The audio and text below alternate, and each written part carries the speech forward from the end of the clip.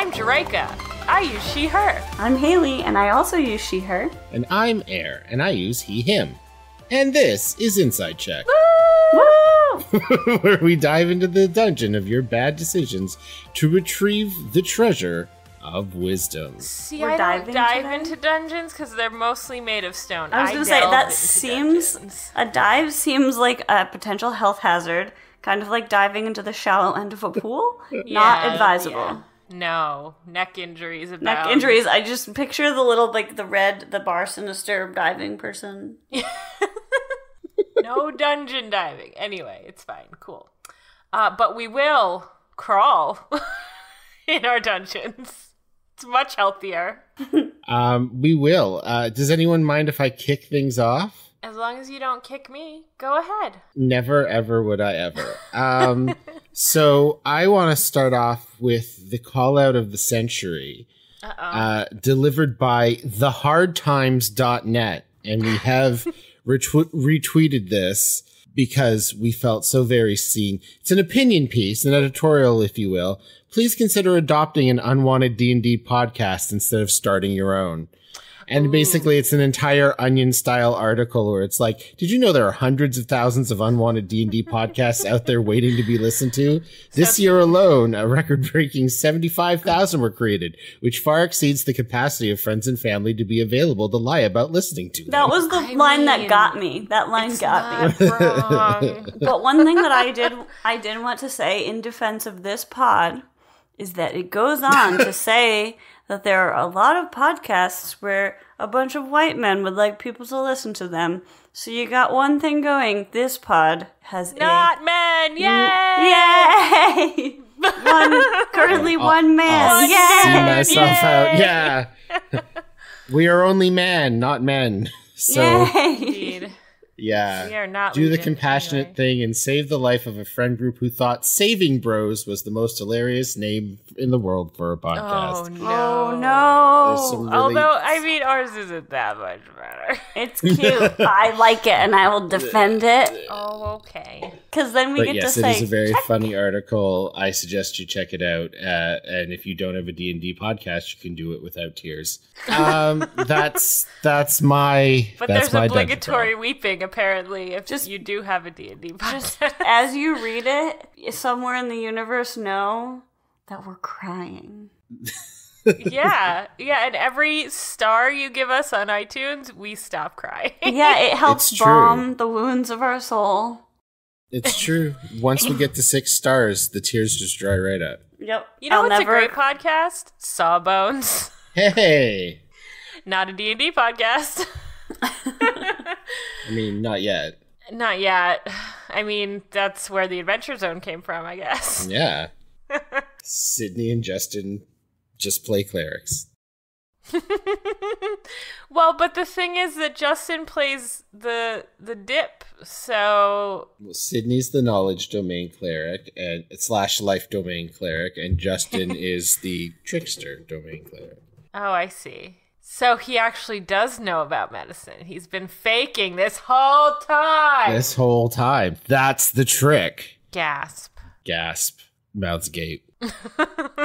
Anyway, Yeah. please, someone else. Oh, I guess I have dive a onto dungeon this dungeon and protect your neck while you do it. Indeed. I got to play an exciting centaur druid recently. Oh, okay. Go on, please. With yes, indeed. With members of the Shadow Council. It was quite enjoyable. And it had some vibes I was really into. My druid was really into apparently saving animals, which was a bad choice. There was a lot of animals in harm's way. Oh no. Yeah. But what was some good stuff? Yeah, it was just fun. Great. It was a fun time. Centaur Druid is I saw a joke recently where it said something about the ancient Greek or Roman god of like healing and health was a centaur, was like part horse, part man. And that's where we get the name the centaur for disease control and prevention. Oh yeah, definitely. Because that was its original name from time immemorial. Memorial. Before recorded history. Like, Oh, I did want to just provide the name of my centaur. oh, please. Yes, please. Pluto Indigo. I TM. I stand forever. That is an awesome name. I like Yep, he was fun. Indigo's not really a color. Pluto's not really a planet. Is this even a centaur? Who knows? You gotta check. Mystery. He was a dwarf too, so he was like dwarf up top, little Sebastian on the bottom. I just, point of order, indigo's not really a color? It's a whole thing. So Do we want this to be indigo check? I'm gonna lay it out for you just a little. In 30 seconds or less. Okay. It's like a political thing, like the Crayola is listening. Okay. Newton was a big like magical thinking guy, believe it or not. Oh, okay. To him, in one of the, I think, like mysticisms that he followed, 7 was a really important number, like super important. So he came up with 7 colors for the spectrum, and he kind of just shoehorned indigo in there. Oh, interesting. But it doesn't really have any use or value scientifically. So there you go. That is most intriguing. I had no idea. It makes Roy G. Biv work. I was just thinking that. Yeah, it would be much harder to say. You just cough on me. Shia LaBeouf. I started to say an acronym, and then I sneezed. So it serves one purpose, and one purpose alone. So that Roy can have a halfway decent surname. Indeed. Biv. Of the Lancashire Bivs. I've never thought about that as a name, and my brain is like having a meltdown right now. Hey, you know what Roy G. Biv would be? A good vanity license plate. Oh my gosh. Absolutely. Or a D&D character. I cast Roy. color spray again. Yeah, it'll just Yeah. be all of the color. I cast dancing lights. I cast fairy fire. Just the most colorful. I feel like it would need to be a bard. Prismatic spray. Love it. Nice. Got a whole concept. It's happening before your eyes. In your rods, in your cones. I'm picturing like a Andy Warhol kind of like, I just see color. Boom, like yeah. Just prestidigitating all over the place. Yeah, with his cute little doggo. Yeah. Familiar. Mm-hmm. Love it. I like it. Sold. That should be your Ankh Morpork character, honestly. I totally knew how to pronounce that 5 seconds ago. More puck. Yes. I knew how to pronounce it. More pork, please. More pork. I live in a halal household. I can't. Oh no. So we so might quick on or that. might I not be appreciate playing in it. an Ankh Morpork based game in the near future. It's still up in the air. But I have Potentially a run character that is an artificer, and so we should talk about artificers now. All right, we were roll calling. I'm gonna do the sound again. Yeah. It's my favorite part of roll call. We Yes, can we're make various. talking. I can do the foghorn. What about the leghorn, Kaylee? Can you do the leghorn? What does the leghorn do sound declare. like? I say. Air can do it. I was like, I'm not getting it. There's something here I'm not getting. Do you get it now? No. What's it from? Okay, so foghorn leghorn is a character. Oh, no, I believe get the it now. Looney Tunes Yes. character. Yep, no, Yeah. I'm good. It just, it took a long time. The synapses are slow and That's rusty. okay. His god-awful southern accent didn't help. Yes. Yep. I enjoyed I it. say. It comforted me in my time of need. Well, I thank you, Jerika. I'm glad I could be here for you to be a terrible, racist, stereotype cartoon chicken. Yeah. I do declare. I do declare. Claire, say Claire. All right. Anyway. So Artificer. The new hotness. Currently, Unearthed Arcana. So, according to D&D Beyond, if this material is made official, it will be refined based on your feedback, and then it will appear in a D&D product that you can unlock on D&D Beyond. If I may, I in looking up some of the questions, the cues that we got, the refining to eventually no longer be UA and be in a D&D product that you can pick up. The original Artificer came out 2 years ago. 2017. Wow. They've been refining for I don't a while. think it was available on D&D Beyond for...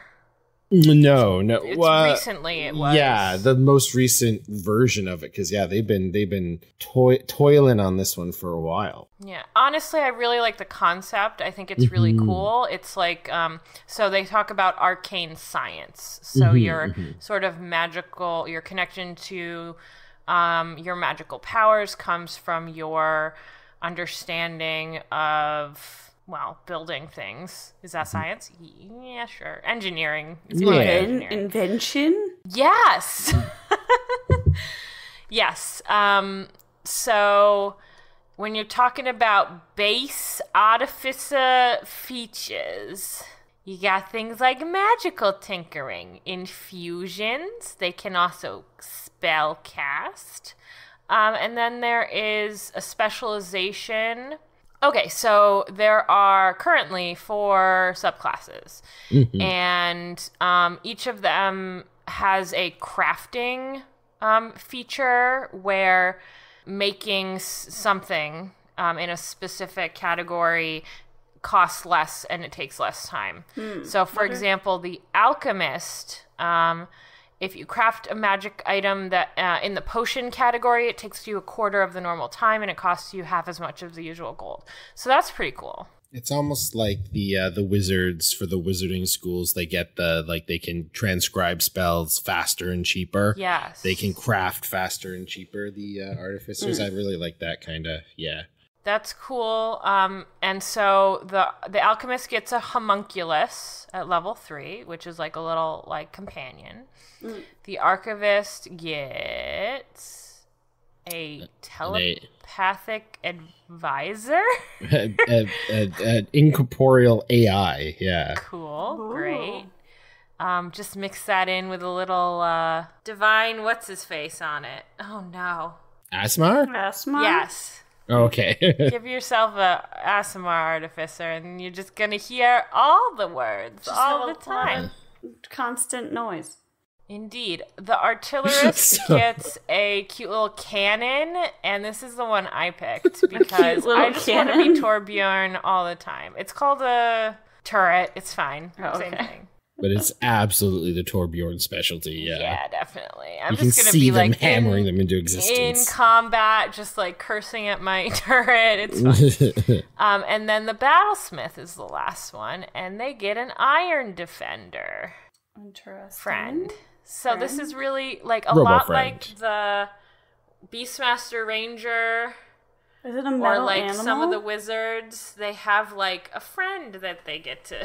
But these are all like crafted and created friends, which is interesting. Tell me more about infusing items. Like, what does that mean and do? So that's real complicated. Make it simple for me, Jerika. Oh boy.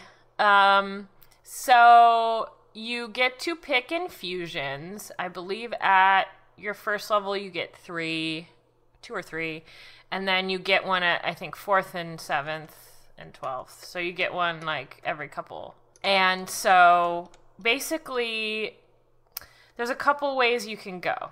There are infusions that like help your weapon.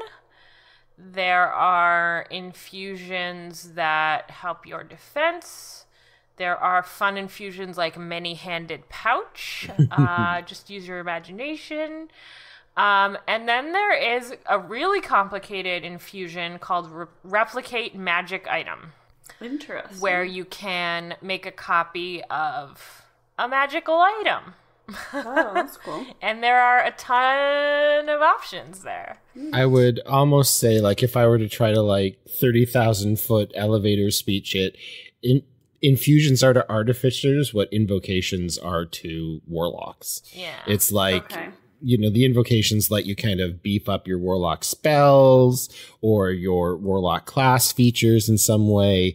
This lets you beef up your items or create brand new ones. Yeah. You can tell that instead of playing a lot of D&D recently, I've been playing a lot of Stardew Valley because I'm like, you could just make a lot of things and sell them and have so much gold. Yeah. I'm sure there are artificers out there that are like in it for the dough. The dough. And honestly, my character probably would be too. That's actually a great scam where you're like, I have this helm of telepathy, and as soon as someone buys it, you go and just re-artifice something else, and the infusion just disappears on that one, and it just becomes a normal helmet. Yeah, it doesn't. You can only have a certain number. But you can pick. Like, got it. I'm gonna pick this item. Oh no, I want this item now. Kind of got thing. it. So, okay. So it's not just like I can make an infinite number of like very cool goggles of the night. Yeah, right? exactly. Yeah, infusions are like quick and dirty enchantments, kind of. Like they don't stick, but you can do them real quick. They don't stick, but you can do them real quick. Hey. All right. I did a Lamp of Revealing, which lets you see invisible creatures and objects in the bright light of the lantern, which I thought was really cool. Mm-hmm.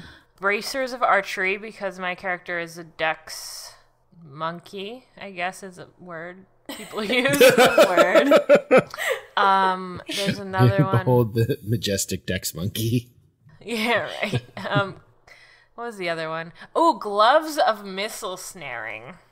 Classic. Ooh, tell me about that. Well, you know Rosie B. Stinger. And how she can grab objects that are flying at her. When a ranged weapon is thrown at her, she can just snatch the missile out of the air. Well, these gloves let you do that. Absolutely. It's like the monk ability, except you can't throw it back. But if it let you do that, that would probably be a little. See, I have a crossbow, so like if I catch a crossbow, you just grab it and put it in your own gun. I'd load it, right? Thanks. I killed you with your own arrow. Yeah. Yeah, totally. Yeah. I like it. Anyway, so what I find interesting about the Artificer is all of the options and choices you have. I was gonna say I actually tweeted out like this infusion, this ability to like replicate magic items it makes like the Artificer the item druid, right? Because like druids have to know like all the beasts and what can they do and when would it be a good time to be this one, and I think they have to kind of dive into the monster manual. I think Artificers are going to need to dive into the DMG and be like, okay, tell me, what does a Wand of Secrets do? Yeah. I do think, I know, I get the sense that the Artificer might be a little OP. What about especially once they get items like in game? Mm-hmm. It might be just like a whole bunch of magical items and then they just have a bunch.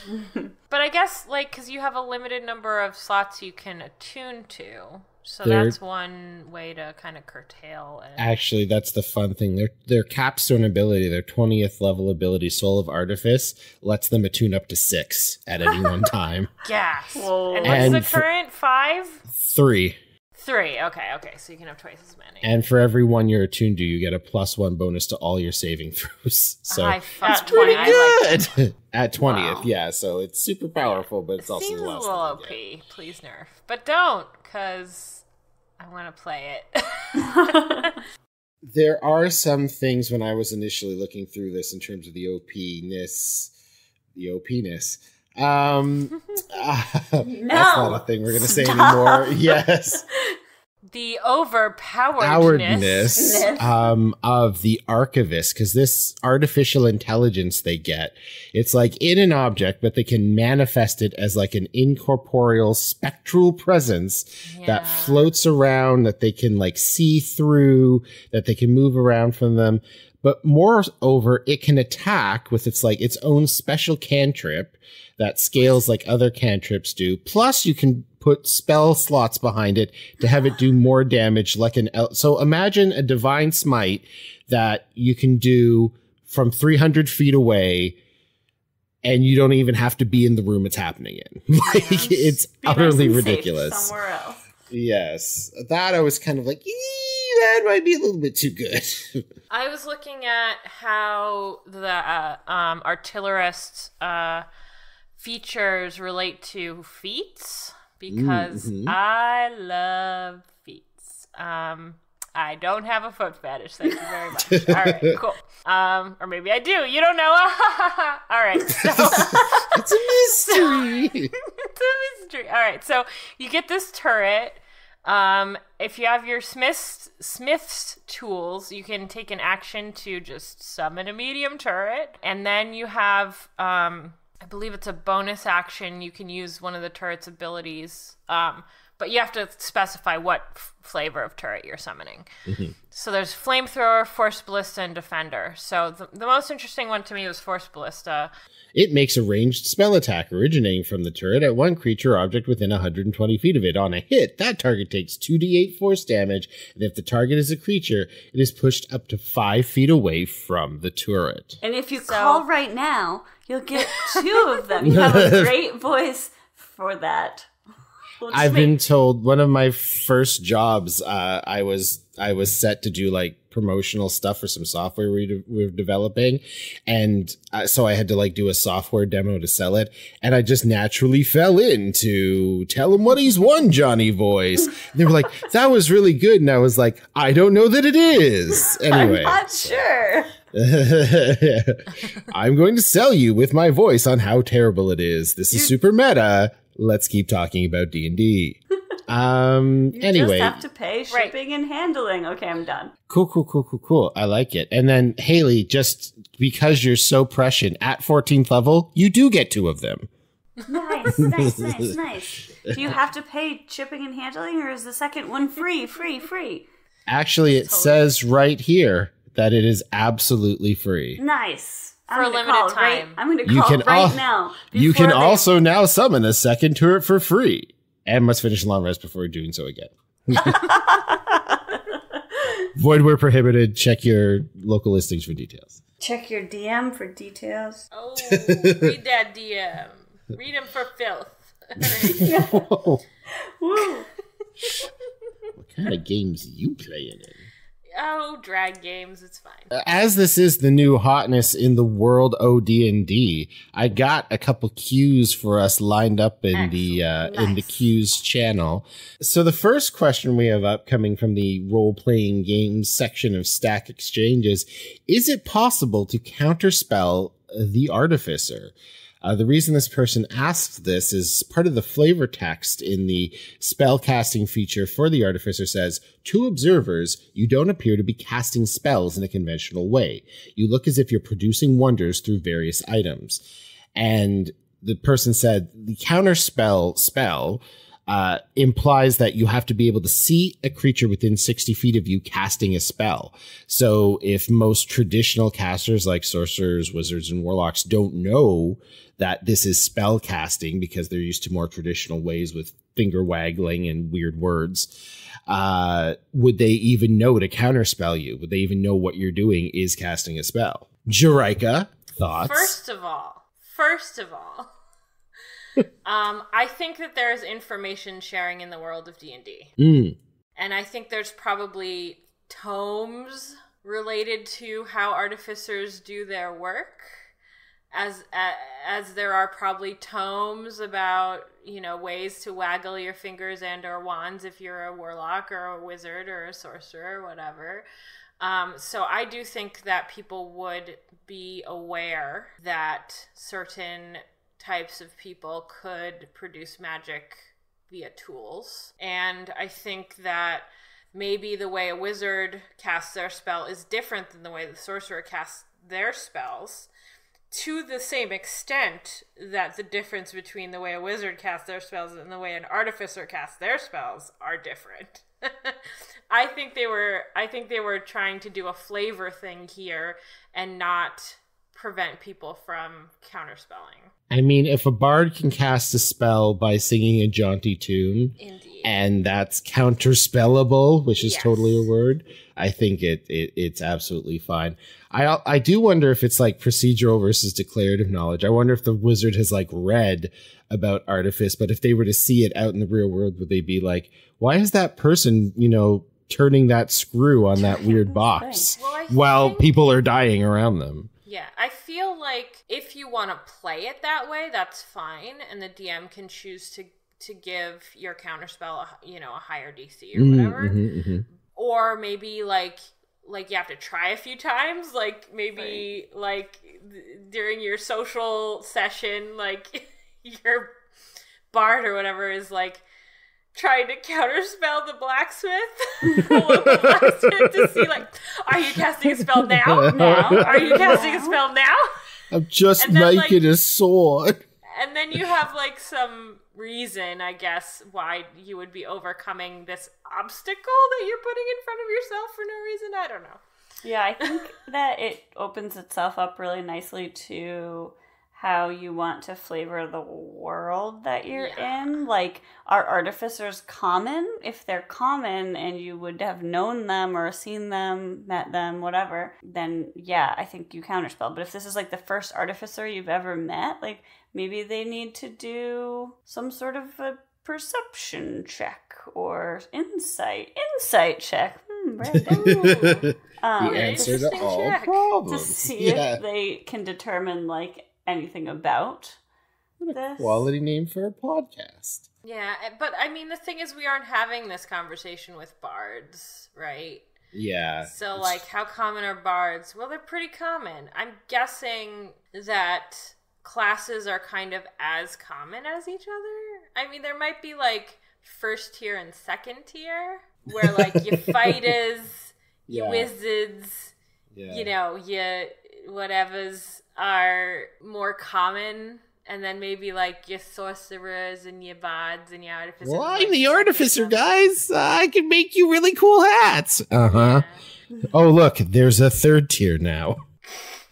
I don't know. Like, I feel like there's two tiers, personally.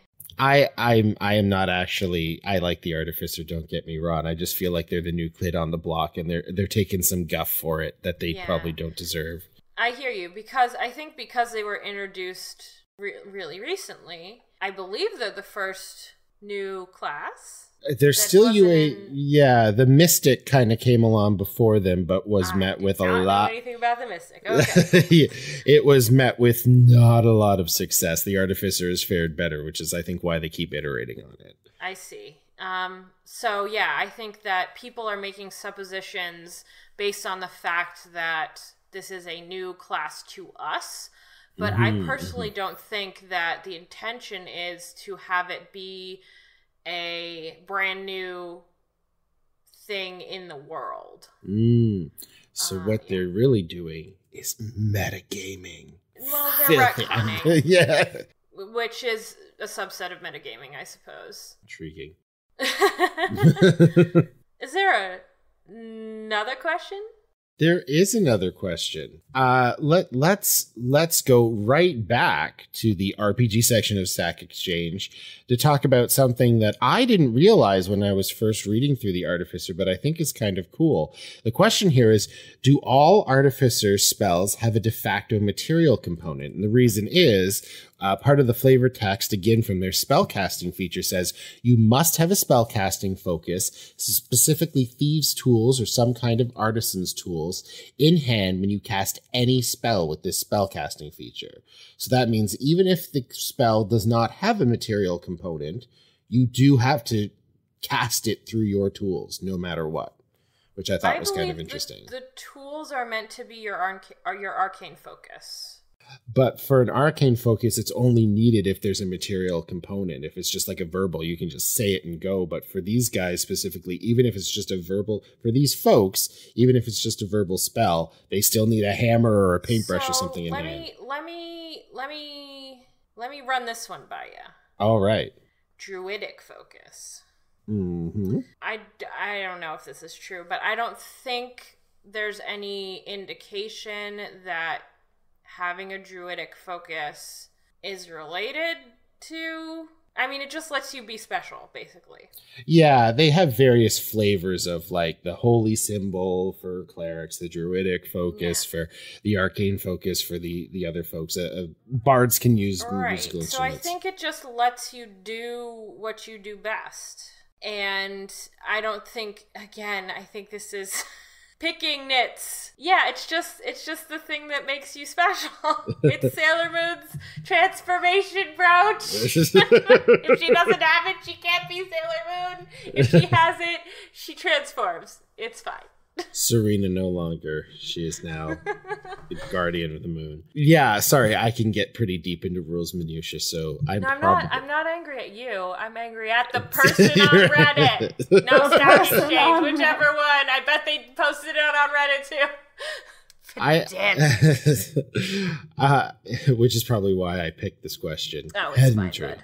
But I almost like the kind of flavor of like them needing to find a way to work their tools into even something where all they have to do is make a sound. Like that sound, the verbal or auditory component is them like banging a piece of metal with a tin hammer or something. I'm gonna go back to Magical Girls. It's where I feel safe. It's where you feel safe.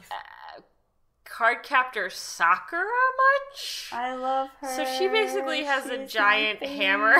Oh, does she? I mean, it's very stylized, but it's a tool that she uses.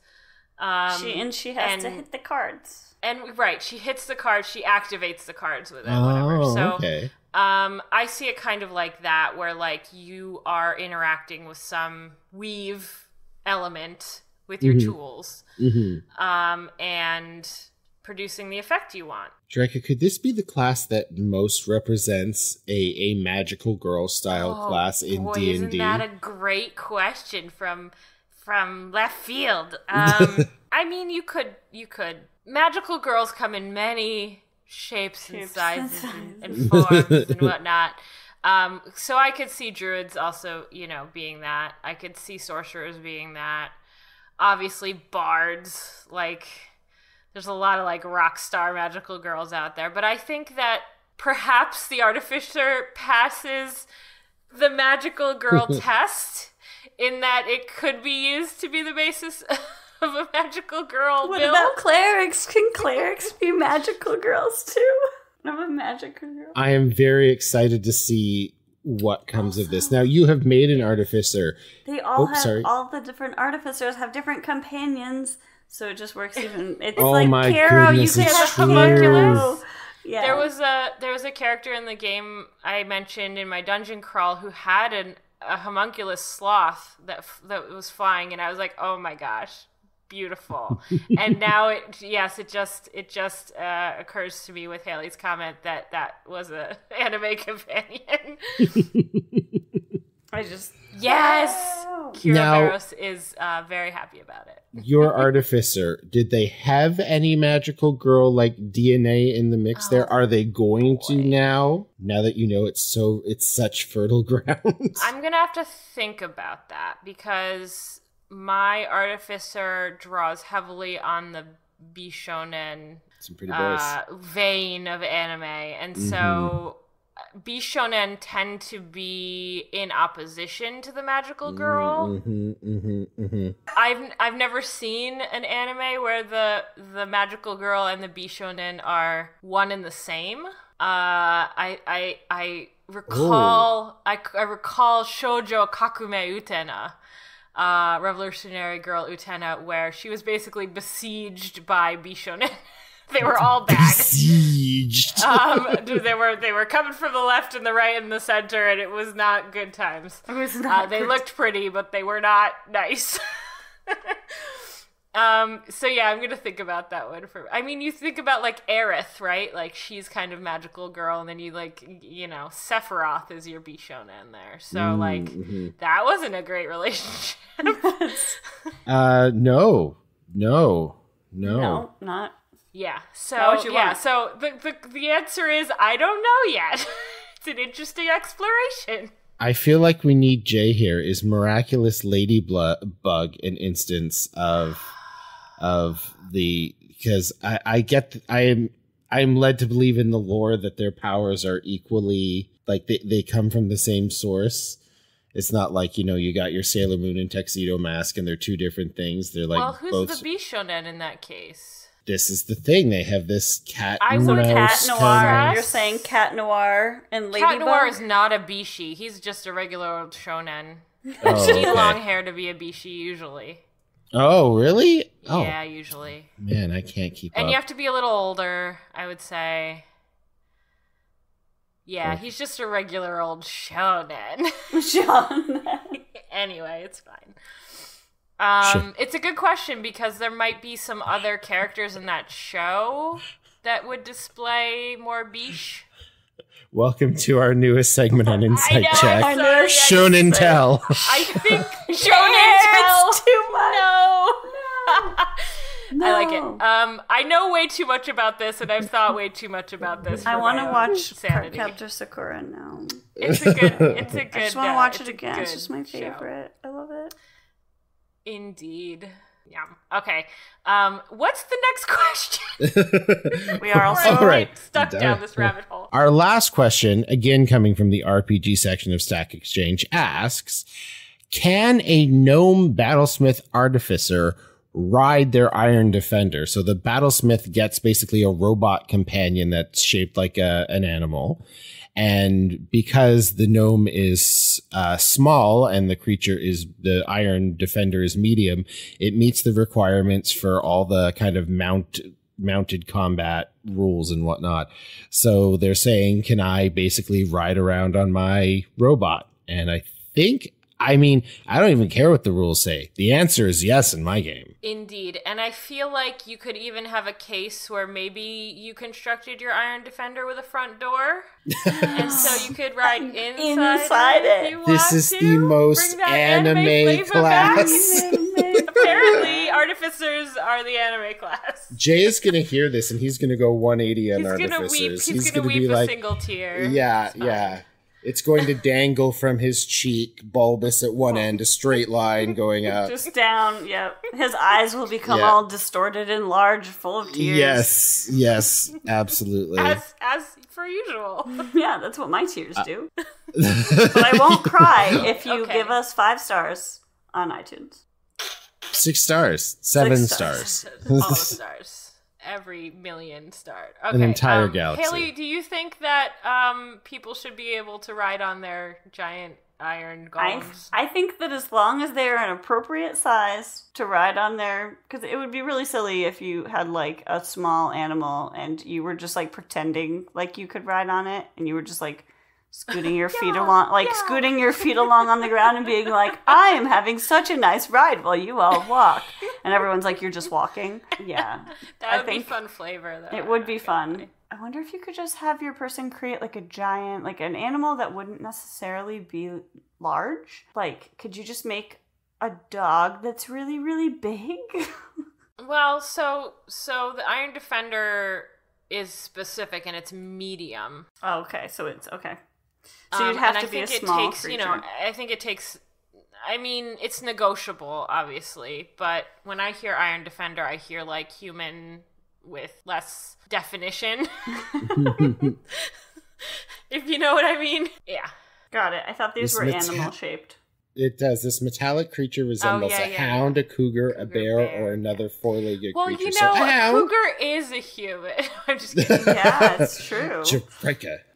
Listen, do we really want to get into the weird science angle for this class where it's like, yeah, I'm going to make a cougar. I'm going to make a robo-girlfriend. Because let's just stick with anime, people. Let's not go the first 80s movie route. Sure. Yeah, so, like, obviously, a medium bear, yeah, totally. Yeah, exactly. Yeah. Yeah, love it. I like the idea of having it be like a tank, and you can go inside of it. I also love that. Yes, absolutely. Why would that have not be? Yes. Maybe the bear took a big blast on its back, and now there's, like, a divot, the perfect size for you. That's not a bug, it's a feature. Jump on it. Totally. I guess we're all off to watch Cardcaptor Sakura now. Yes. That's what I want to do now. I am definitely going to do that, but possibly in my sleep because I've been chasing after children all day at an amusement park. Seems legit. Yeah. Do we want to say any final words about the Artificer? I like it. I think it is bringing some unique flavor. I've always kind of thought like the Warlock needs a friend because the Warlock has a lot of like weirdo things that are just like they're the only class that has it, like their whole pact magic thing and their invocations and the fact that they have like 2 specialities. I think that the Artificer kind of gets into that weird space where it's got a lot of like complexity and nuance to it that's all just its own thing. Mm-hmm. Yep. Yeah, I agree. I think it's cool. Sometimes I feel like when you read about different things, it's like, okay, this is just another version of something that was already there. Mm-hmm, and this feels totally new and different, which I enjoy. Mm-hmm. But not totally unrelated to everything else that already is out there. Mm-hmm.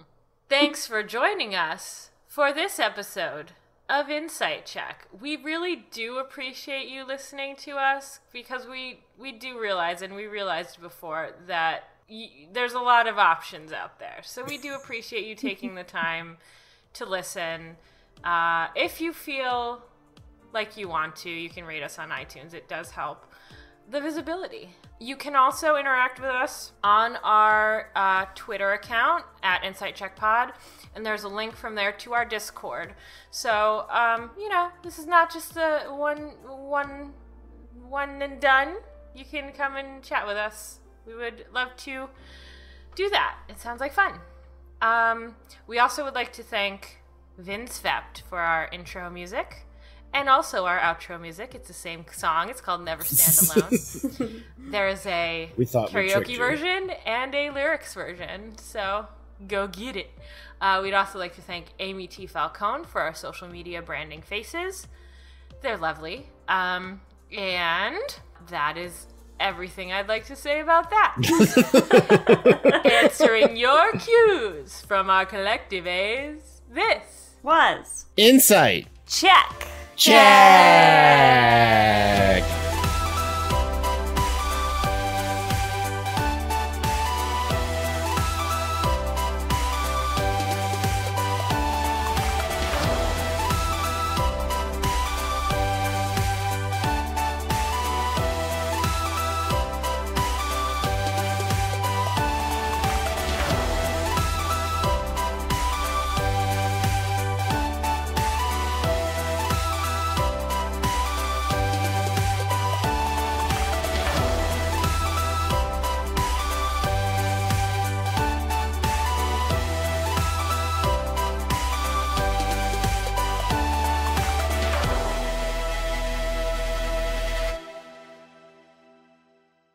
I don't know. So like there was Tuxedo one Masks. in Cardcaptor Sakura too. It's And I can't remember what his name is, but he was the boyfriend of her older brother. Anyway. sorry, I almost had his name and then I went to say it and it was gone. It's like It's Toyo? Toyo, yeah. Tomoyo is her friend. Right. Toya is her brother. Someone out there is like yelling at us. Her brother is Tuyo. Toyo? I don't know how to pronounce that. How do you This is say what we what's know. Touya? That's her brother. Toya. Toya? Yeah. Toya. The Toya? U makes it longer. Longer. Makes the O sound Yukito. longer. Yukito. That's who we're, yes. Yuki. Yuki. Yeah. Anyway, so